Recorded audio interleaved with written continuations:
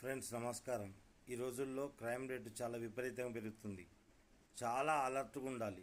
చాలామంది ఈ క్రైమ్ సంబంధించిన న్యూస్ వార్తలు చూడడం చాలా తక్కువ మంది చూస్తున్నారు.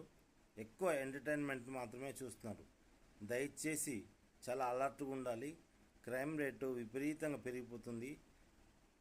ఒక పర్సన్ రోడ్లో వెళ్తూ నిర్మానుష్య ప్రదేశంలో, అంటే ఎవరు మనుషులు ఉండని చోటు రాత్రి కానీ పగలు కానీ వ్యక్తి వెళితే హగంతకులు దుర్మార్గులు వచ్చి మత్తు